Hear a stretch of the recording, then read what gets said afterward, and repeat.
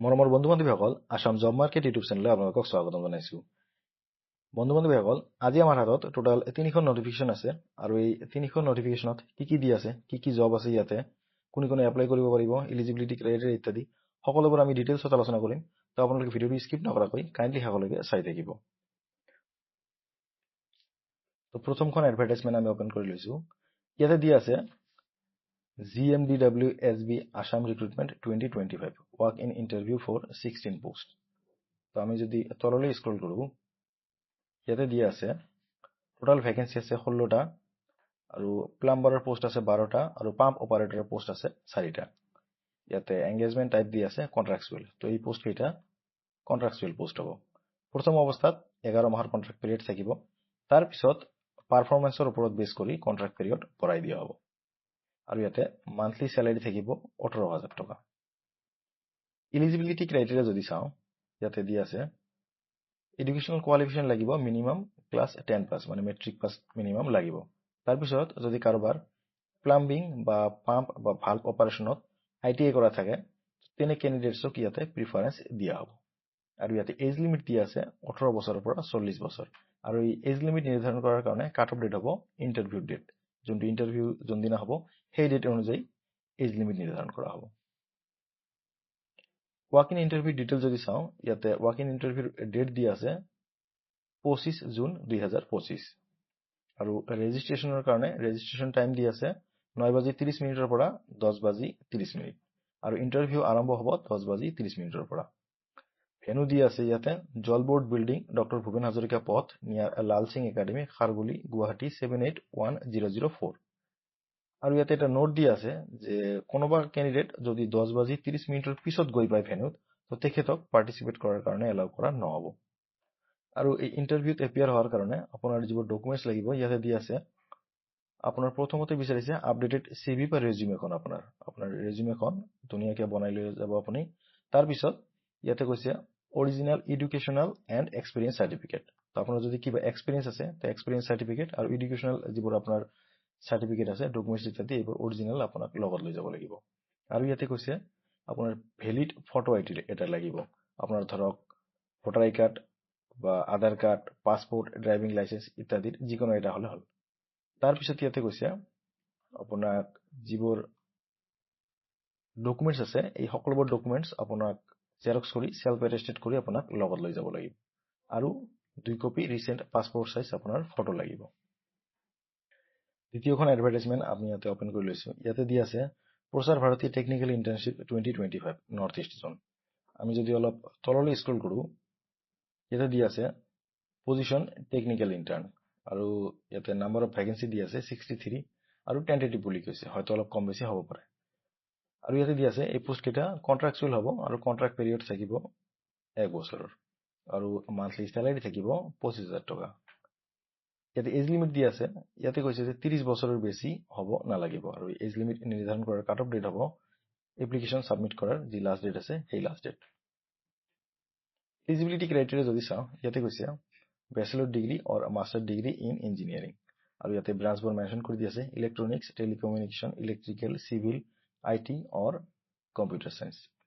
আৰু ইয়াতে কৈছে আপোনাৰ যি কোৱালিফাইং ডিগ্ৰী আছে সেই ডিগ্ৰীত মিনিমাম 65% মাৰ্কছ থাকিব লাগিব। নেক্সট ইয়াতে কৈছে যিবোৰ কেণ্ডিডেটছে 2024-25 একাডেমিক ইয়াৰত ডিগ্ৰী কমপ্লিট কৰিছে, ডিগ্ৰী বা মাষ্টাৰ ডিগ্ৰী, তেখেতসকলে এই পোষ্টত এপ্লাই কৰিব পাৰিব। আৰু লগতে যিবোৰ কেণ্ডিডেটছে এক্সাম দিছে কিন্তু এতিয়াও ৰিজাল্ট অহা নাই, তেখেতসকলেও এপ্লাই কৰিব পাৰিব। আৰু ইয়াতে লোকেশ্যন দি আছে কি লোকেশ্যনত আপোনাৰ পোষ্টিং হ'ব পাৰে। অসমত এইবোৰ লোকেশ্যন আছে গুৱাহাটী, ডিব্ৰুগড়, শিলচৰ, তেজপুৰ, যোৰহাট, ধুবুৰী, হাফলং, নগাঁও আৰু লামডিং। আৰু বাকী এইবোৰ লোকেশ্যন আছে, এইবোৰ আমাৰ নৰ্থ ইষ্টৰ লোকেশ্যন হয়। ইয়াৰে যিকোনো লোকেশ্যনত আপোনাৰ পোষ্টিং হ'ব পাৰে। আৰু ইয়াতে কিছুমান টাৰ্মছ এণ্ড কণ্ডিশ্যনছ দি আছে। ইয়াতে কৈছে এই এংগেজমেণ্টটো কন্ট্ৰাকচুৱেল হ'ব আৰু কোনেও ইয়াতে পাৰ্মানেণ্ট এমপ্লয়মেণ্টৰ কাৰণে ক্লেইম কৰিব নোৱাৰিব। আৰু এই ইণ্টাৰ্ণশ্বিপ প্ৰগ্ৰাম চলি থকাৰ সময়ত আপুনি নেক্সট কোনো এছাইনমেণ্ট ল'ব নোৱাৰিব। আৰু এই কন্ট্ৰাক্টটো দুয়ো পাৰ্টিয়ে কেঞ্চেল কৰিব পাৰে, কিন্তু 1 মাহ আগতে নটিচ দিব লাগিব। আৰু ইয়াতে আপোনাক একো ট্ৰেভেল এলাৱেঞ্চ প্ৰভাইড কৰা নহ'ব।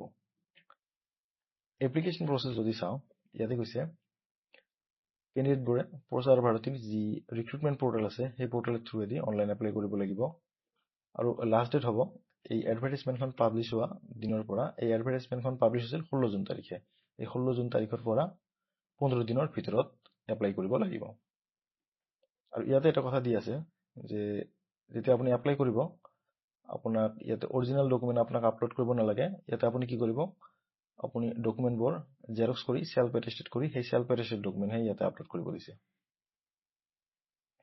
এই অফিচিয়েল নোটিফিকেশ্যন যদি আপুনি পঢ়ি চাব বিচাৰে এই ভিডিঅ'ৰ ডেসক্ৰিপশ্যনত লিংক পাই যাব আৰু নহলে jobnotes.in এই ৱেবছাইটটোত আহি এই লিংকটোত ক্লিক কৰি আপুনি অফিচিয়েল নোটিফিকেশ্যনখন পঢ়ি চাব পাৰিব নেক্সট এডভাৰটাইজমেণ্টখন আমি ওপেন কৰি লৈছো ইয়াতে দি আছে ASEB recruitment 2025 apply for junior administrative post আমি যদি অলপ তললৈ স্ক্ৰল কৰো ইয়াতে দিয়া আছে টোটাল ভেকেন্ট পোষ্ট আছে ইয়াতে 8টা আৰু পোষ্টবোৰৰ নাম ইয়াতে দিয়া আছে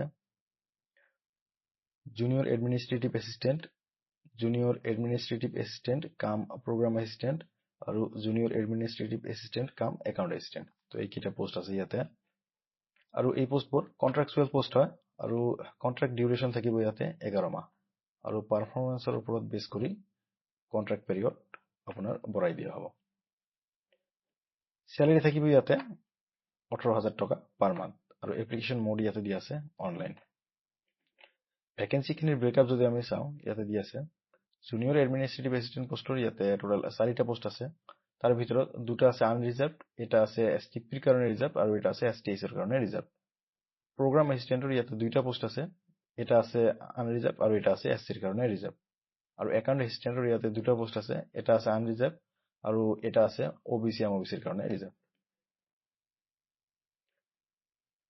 ইয়াতে এজ লিমিট দি আছে 21 বছৰৰ পৰা 38 বছৰৰ ভিতৰত হ'ব লাগিব আৰু এজ লিমিট নিৰ্ধাৰণ কৰা হ'ব 1 জানুৱাৰী 2025 তাৰিখ সাপেক্ষে আৰু ৰিজাৰ্ভ ক্যাটাগৰী ক্যান্ডিডেটছে ইয়াতে এজ ৰিলেক্সেশন পাই যাব আৰু লগতে কৈছে ইয়াতে এমপ্লয়মেন্ট এক্সচেঞ্জত নাম ৰেজিষ্টাৰ কৰা থাকিব লাগিব এটা যদি পোষ্ট ওয়াইজ এডুকেশনাল কোৱালিফিকেশন চাওঁ প্ৰথমতে ইয়াতে জুনিয়ৰ এডমিনিষ্ট্ৰেটিভ এছিষ্টেণ্ট পোষ্টৰ কাৰণে ইয়াতে কৈছে যিকোনো ডিসিপ্লিনত গ্ৰেজুৱেট হ'ব লাগিব আৰু লগতে 10th 12th আৰু গ্ৰেজুৱেচনত আপোনাৰ 50% মাৰ্কস থাকিব লাগিব আৰু লগতে 6 মাহৰ কম্পিউটাৰ ডিপ্লোমা সাৰ্টিফিকেট থাকিব লাগিব ইয়াতে বোনাস মাৰ্কসৰ কথা কৈছে 5 মাৰ্কস বোনাস দিয়া হ'ব যদি মেট্ৰিক হায়াৰ সেকেন্ডাৰী বা গ্ৰেজুৱেচন লেভেলৰ যিকোনো লেভেলত 70 মাৰ্কসতকৈ ওপৰত থাকে মানে 70%তকৈ যদি ওপৰত থাকে তেনেহলে 5 মাৰ্কস বোনাস দিয়া হ'ব আৰু যদি 80%তকৈ ওপৰত থাকে তেনেহলে 10 মাৰ্ক বোনাস দিয়া হ'ব আৰু যদি ৰিলেভেন্ট ওয়াৰ্ক এক্সপেৰিয়েন্স থাকে তেনেহলে 10 মাৰ্ক ইয়াতে বোনাস দিয়া হ'ব নেক্সট ইয়াতে জুনিয়ৰ এডমিনিষ্ট্ৰেটিভ এছিষ্টেণ্ট কাম প্ৰগ্ৰাম এছিষ্টেণ্টৰ কাৰণে ইয়াতে কৈছে কম্পিউটাৰ সায়েন্স বা ৰিলেভেন্ট ফিল্ডত গ্ৰেজুৱেট হ'ব লাগিব আৰু লগতে 10th 12th বা গ্ৰেজুৱেচন লেভেলত আপোনাৰ 50% মাৰ্কস থাকিব লাগিব আৰু ইয়াতেও বোনাস মাৰ্কস থাকিব যদি এমসিএ কোৱালিফাই কৰা থাকে তেনেহলে 15 মাৰ্ক বোনাস পাব আৰু যদি ৰিলেভেন্ট ওয়াৰ্ক এক্সপেৰিয়েন্স থাকে তেনেহলে ইয়াতে 10 মাৰ্ক বোনাস পাব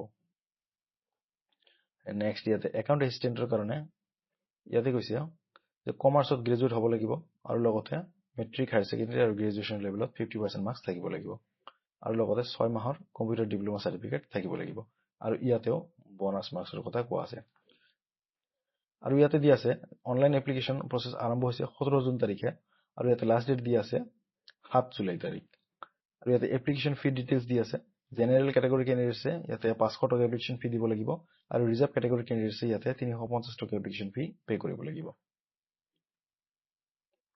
সিলেকশন প্ৰসেস যদি চাওঁ তো প্ৰথমতে ইয়াতে এটা কমন ৰিক্ৰুটমেন্ট টেষ্ট হ'ব তাৰ পিছত ডকুমেন্ট ভেৰিফিকেশন হ'ব আৰু তাৰ পিছত স্কিল টেষ্ট আৰু পাৰ্সোনাল ইন্টাৰভিউ হ'ব তো আপুনি যদি অফিচিয়েল নোটিফিকেশনখন পঢ়ি চাব বিচাৰে তো ভিডিঅ'ৰ ডেসক্ৰিপশ্যনত লিংক পাই যাব তাতে ক্লিক কৰি অফিচিয়েল নোটিফিকেশন পঢ়ি চাব পাৰিব আৰু ইয়াতে আহি এই ৱেবছাইটত আহি আপুনি বিচাৰিলে অফিচিয়েল এডভাৰটাইজমেন্টখন পঢ়ি চাব পাৰিব আৰু ইয়াতে এপ্লাই কৰা লিংক দি আছে ইয়াৰ থ্ৰুৱেদি আপুনি বিচাৰিলে অনলাইন এপ্লাই কৰি ল'ব পাৰিব তো আজিৰ ভিডিঅ'টো ইমানখিনি আছিল আশা কৰো ভিডিঅ'টো আপোনালোকৰ ভাল লাগিছে যদি ভাল লাগিছে কাইন্ডলি লাইক এটা কৰি দিব আৰু আমাৰ চেনেলটো যদি এতিয়ালৈকে সাবস্ক্ৰাইব কৰা নাই কাইন্ডলি আমাৰ চেনেলটো সাবস্ক্ৰাইব কৰি ল'ব আমি এনেকুৱা জবৰ টপিকৰ ওপৰত ভিডিঅ' আপোনালোকৰ কাৰণে ৰেগুলাৰলি পাবলিশ কৰি থাকো ধন্যবাদ